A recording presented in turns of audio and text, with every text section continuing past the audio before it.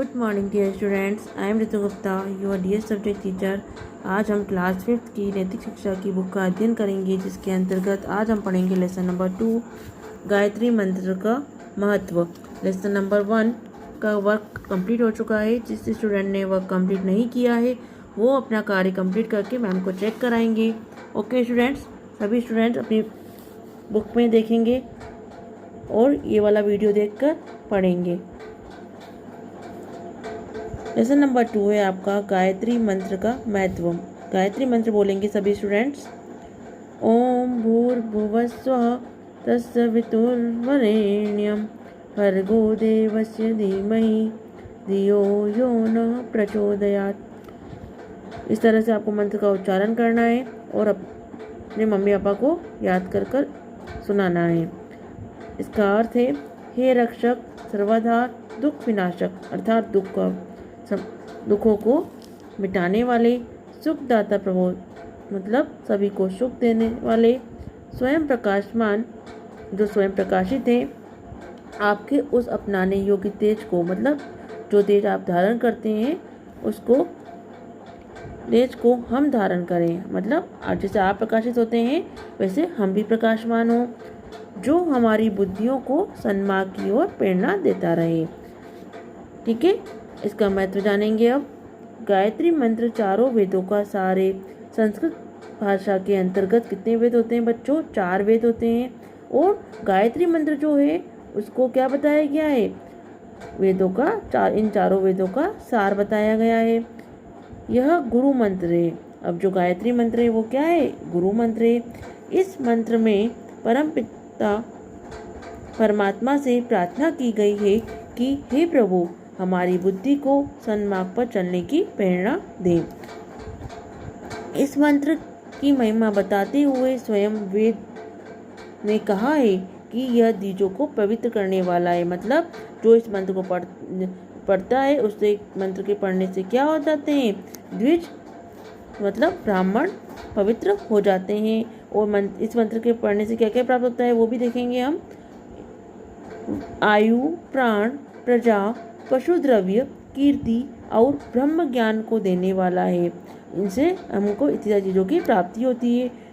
मनुस्मृति के दूसरे अध्याय में लिखा है कि जो साधक मतलब जो भी व्यक्ति साधक मतलब जो व्यक्ति प्रातःकाल शांत और पवित्र स्थान पर पहुंचकर गायत्री मंत्र को जप करता है उस पर घी, मधु मतलब शहद और दधी मतलब दही की वर्षा होती है।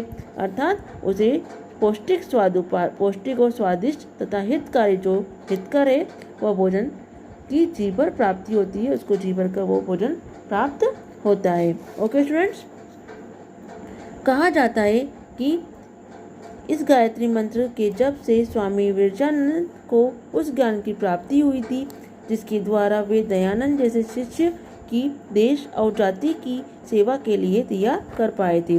अब गायत्री मंत्र जो है उसको क्या कहा गया है? उसको बुद्धि का मंत्र कहा गया है। जो भी गायत्री मंत्र का जप करता है उससे क्या प्राप्त होती है बच्चों? उसको सर्वश्रेष्ठ बुद्धि की प्राप्ति होती है। तो जो स्वामी विरजानंद से उनको गायत्री मंत्र के कारण ही कौन से शिष्य की प्राप्ति हुई थी? उनको दयानंद जैसे शिष्य की प्राप्ति हुई थी। ओके स्टूडेंट्स, आगे हम पढ़ेंगे महात्मा खुशहाल चंद की स्टोरी पढ़ेंगे। महात्मा खुशहाल चंद को क्या बोलते हैं? आनंद स्वामी भी बोलते हैं। गायत्री मंत्र के बड़े भक्त नेक्स्ट पेज निकालेंगे, पेज नंबर 10 थे। उन्होंने अनेक बार अपने जीवन की एक घटना का वर्णन किया। वे पढ़ाई में बहुत अच्छे नहीं थे, प्रतिदिन स्कूल में जाकर पाठ न सुना पाते थे। और वो क्या थे? आनंद स्वामी जो थे वो क्या थे? पढ़ने में ज़्यादा अच्छे नहीं थे।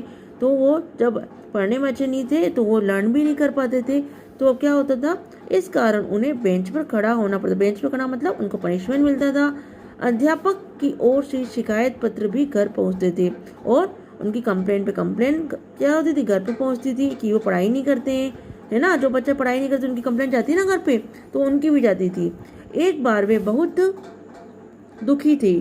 संयोगवश एक आर्य सन्यासी स्वामी नित्यानंद जी उनके घर आए। उन्होंने इन्हें उदास देखकर पूछा, बेटा तुम इतने उदास क्यों हो? उन्होंने रोते रोते सारी बात बता दी। स्वामी जी ने कहा, बेटा गायत्री मंत्र का मन लगाकर जाप करो। अब स्वामी नित्यानंद जी ने आनंद स्वामी को क्या कहा कि आपको किस मंत्र का जाप करना चाहिए? गायत्री मंत्र का जाप करना चाहिए। तुम्हारा कष्ट दूर हो जाएगा। अब उससे क्या हो जाएगा? तुम्हारा जो भी कष्ट है, जो तुम पढ़ने में कमजोर हो, वो सब चीजें दूर हो जाएगी। स्वामी जी ने उन्हें अर्थ भी समझा दिया। बालक खुशहाल ने जप करना शुरू कर दिया। किसका जप करा था खुशहाल चंद्र ने? उन्होंने गायत्री मंत्र का जाप किया था। कुछ ही दिनों बाद इसका परिणाम सामने आने लगा। उनकी बुद्धि निखरने लगी, मतलब वो बुद्धिमान हो गए। वे पाठ में आगे रहने लगे। घर पर प्रशंसा के पत्र पहुंचने लगे। अब जो उनकी कंप्लेन के जो लेटर थे, वो कंप्लेन के लेटर की जगह उनको क्या आ गए? उनकी प्रशंसा वाले पत्र उनके घर पे आने लगे। कि वो लेटर में लिख के आने लगा कि वो अच्छी पढ़ाई करने लगे। इस तरह से प्रशंसा होने लगी। और उन्हें अब जब अच्छा पढ़ाई करने लग जाते थे, सबको गिफ्ट मिलता है ना, तो उनको क्या मिलता था गिफ्ट के अंदर? उन्हें दूध जलेबी, जो उन्हें विशेष प्रिय थी, मिलने लगी। उनको अब खाने के लिए क्या मिलने लगा? दूध और जलेबी मिलने लगी। तब से लेकर जीवन के अंतिम दिन तक वे इस मंत्र का रोज जाप करते थे। जिन्होंने आनंद स्वामी जी की कथाएं सुनी हैं या उनके संबंधित पुस्तकें पढ़ी हैं, वे जानते हैं कि महात्मा आनंद स्वामी का जीवन कितना ऊंचा था। उन्होंने समाज को कितना और क्या कुछ दिया। उनका ज्ञान, मनोबल, तपोबल गायत्री का ही प्रसाद था। मतलब जो भी इनके अंदर था, जो भी इनकी शक्ति थी, वो किसके कारण थी? गायत्री मंत्र के कारण थी। बच्चों को एवं बड़ों को गायत्री का जाप अवश्य करना चाहिए। ओके स्टूडेंट्स, अब इस लेसन से हमें क्या शिक्षा मिलती है कि हमें कौन से मंत्र का जाप करना चाहिए? गायत्री मंत्र का जाप करना चाहिए। आप तो बच्चे हो, आपको बुद्धि की जरूरत है ना, तो बुद्धि की प्राप्ति किससे होती है? गायत्री मंत्र से होती है। इसलिए सभी बच्चों को क्या करना चाहिए? गायत्री मंत्र का जाप करना चाहिए। ओके स्टूडेंट, तो आप ये वीडियो देखेंगे, पाठ को समझेंगे और नेक्स्ट क्लास में हम इसके क्वेश्चन आंसर करेंगे। Okay student, thank you, take care.